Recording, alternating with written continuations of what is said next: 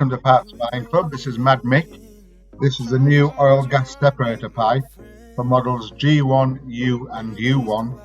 Replaces a small pipe that comes out of the back of the engine and goes into the airbox. In the video I'll put a purchase link for Zontes with a code to buy from your Zontes dealer, and also a web link where you can buy it for £18 shipped to your address. And don't forget, I'll leave this in the description below the video. To help you out in fitting this series oil gas separator pipe, this is the actual video that Zontes give you to do the job yourself. The pipe is a lot longer than the original because it's got the actual separator pipe in there. That's the original small pipe that you'll see on your bike. And basically when they put the new pipe into there, the pipe is a lot longer. So basically they have to push it up further inside and put some cable ties around it. And like I say, it's exactly the same procedure whether this is on the G1 model. If you've got a U model or a U1 model, you can still do the same process. The only reason why they remove the sensors is because the pipe's longer, so they want to actually push it up inside there before they reconnect the sensors. You don't have to do that if you can get a way of pushing it in there.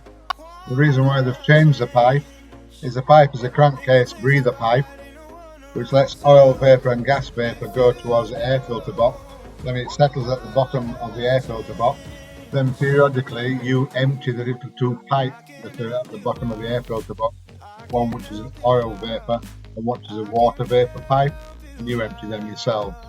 But what will seem to happen is that the crankcase breather pipe, the actual crankcase is under so much pressure with the oil under compression in there, too much oil was getting through that pipe and getting into the air filter box, which can cause bad running issues.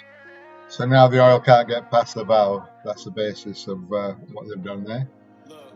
Now they're just cable tying the actual pipe through the frame, the upper part of the frame going up so it doesn't move. Not too tightly though, just some cable ties on there. So the pipe is quite long in the original pipe.